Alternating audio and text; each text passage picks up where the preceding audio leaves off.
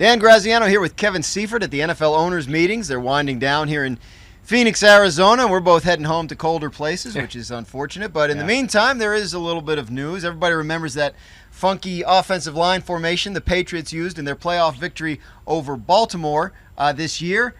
The NFL appears to have made that formation illegal, Kevin. Yep, they can no longer do it exactly the way they did it in that game against the Ravens, which was to have a player with an eligible number report ineligible, but then line up as a slot receiver or regular receiver and sort of trick the defense into covering them when they couldn't, in fact, catch a pass legally. And so the new rule says you can still have a guy who's eligible report ineligible, but he has to line up inside the tackle box, which is an area where the defense probably would not need to assign somebody. They would realize he was an ineligible receiver, and therefore the sort of the trickeration of that scheme is no longer available to the Patriots or anybody else. But I kind of thought, I don't know about you, I kind of thought it was a one-shot deal. As soon as it got exposed as something that's legal but not really within the spirit of the rules, it would be closed, and that loophole now is closed. And the motivation for making the change is to ease the pressure on officials, give them one less thing to have to wonder what to do? And a little bit. I think the NFL is really sensitive, it seems like, sometimes with the competition committee, to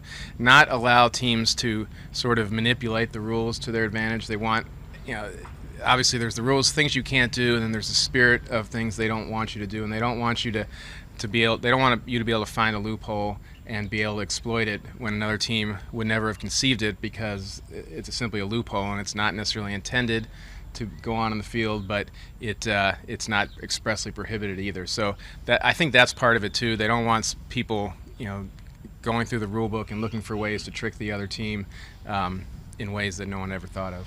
Well, it's good for Bill Belichick that the play worked before the NFL took it out of his bag of tricks, but something tells me there's more stuff left no doubt in that bag. For all your NFL news and notes, keep it right here on ESPN.com.